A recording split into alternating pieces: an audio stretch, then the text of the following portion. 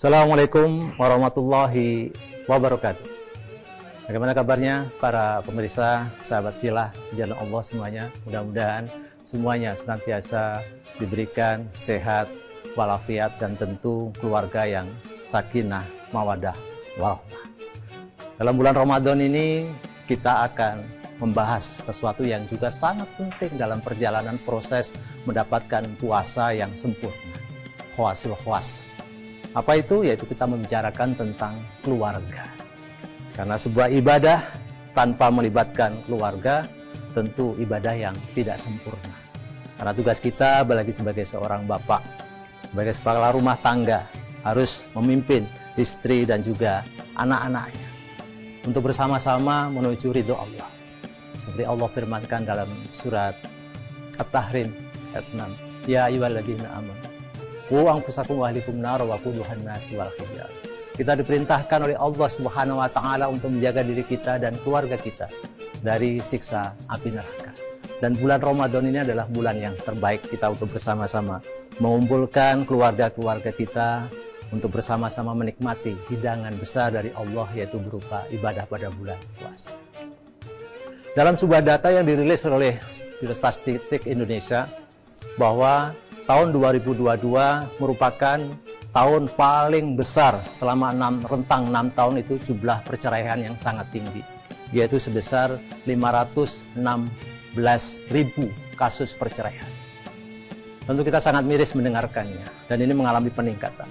Dan mirisnya lagi, 60% dari data itu kebanyakan yang mengajukan adalah wanita untuk mengajukan cerai. Dalam pembahasan tersebut didapatkan permasalahan perceraian banyak didominasi karena ketidakbahagiaan. Nah, kira-kira bagaimana Bang Misa? Apakah rumah tangga kita sekarang ini menjadi rumah tangga yang sudah bahagia atau belum? Kita sering menyingkatnya menjadi keluarga yang samara, sakinah, mawaddah, warahmah. Seperti Allah firmankan di surat Ar-Rum ayat 21. Min ayatihi an khalaqalakum min anfusikum azwajan litaskunu ilaiha wa ja'ala bainakum mawaddatan warahmah. Selalu ini yang sering kita ulang-ulang terkait dengan pernikahan. Tetapi kadang-kadang kita tidak bisa mencapai pada tataran-tataran yang diinginkan di dalam ayat ini. Sakinah yang kita bikin sederhana adalah sebuah ketenangan. Apakah kita ketika bertemu dengan suami, bertemu dengan istri, bertemu dengan anak, sudah merasakan kebahagiaan? Ada mawaddah, ada cinta, ada rahmah, ada kasih sayang. Bahkan kemudian bisa ditambahkan dengan keluarga yang maslahah, artinya keluarga yang banyak memberikan kemanfaatan-kemanfaatan.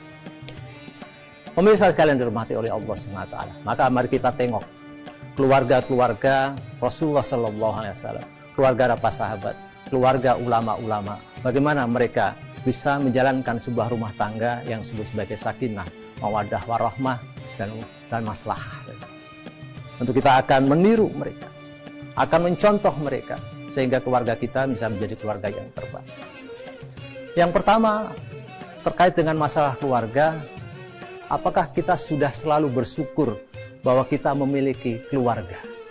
Ketika kita sudah menikah, kadang-kadang ya ada orang-orang yang mengatakan, Alhamdulillah ya kamu sudah nikah, Alhamdulillah ya kamu sudah punya anak, saya belum nikah, saya belum punya anak. Tapi kadang-kadang kita yang sudah berumah tangga tidak merasakan apa yang diucapkan tadi, bahagianya tadi. Karena kita sudah terasa hambar kebahagiaan yang kita rasakan.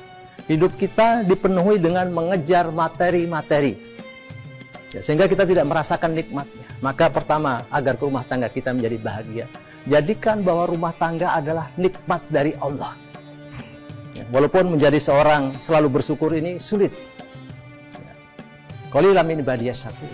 Sangat sedikit hambaku yang selalu bersyukur. Kata Imam Ghazali, syakur itu artinya dia terus-menerus bersyukur pada Allah Subhanahu wa ta'ala. Nah, sikap tidak bersyukurnya ini kadang-kadang kita tunjukkan ketidakbahagiaan dalam rumah tangga. Kita merasa kurang senang dengan tingkah laku istri kita. Kita kurang senang mungkin istri dengan tingkah laku suaminya. Dan seterusnya. Dan banyak mengeluh. Ya, sehingga keluhan-keluhan tersebut ini menjadikan efek rumah tangga kita merasa hambar. Kita hanya menjadi budak-budak dunia untuk mencari harta, ya, mencari kedudukan dan seterusnya yang kita tujukan sebenarnya untuk keluarga. Tapi tujuan keluarganya tidak tercapai. Yang kedua, agar kita senantiasa bersyukur, maka penuhilah rizki di rumah tangga kita ini dengan rizki yang halal dan thayyibah. Jangan sampai datang di rumah kita rizki-rizki yang haram, sehingga ketika kita bermunajat kepada Allah Subhanahu wa Ta'ala, ketika ada sebutkan dalam sebuah hadis, ada seorang berdoa, ya Rabbi, wa mat'amu haram, wa masrabu haram, wa malibasu haram, wa hudiya haram, fa ana istajab. Makanannya haram, minumannya haram, pakaiannya haram, dan dia dibesarkan dari haram. Mana mungkin Allah mengabulkan doa-doa kita? Sehingga ketika kita berdoa, ya Allah jadikanlah keluarga kami sakinah, mawaddah, warahmah, doa kita terhalang dengan maksiat-maksiat kita. Yang ketiga adalah, mari kita perbaiki pola hubungan kita. Sempatkan dalam rumah tangga untuk selalu bertemu, sehingga ada rasa hubungan ta'aliful kita. Rasulullah biasa bertemu dengan istrinya ngobrol kalau malam hari. Bisa juga pagi hari, siang hari.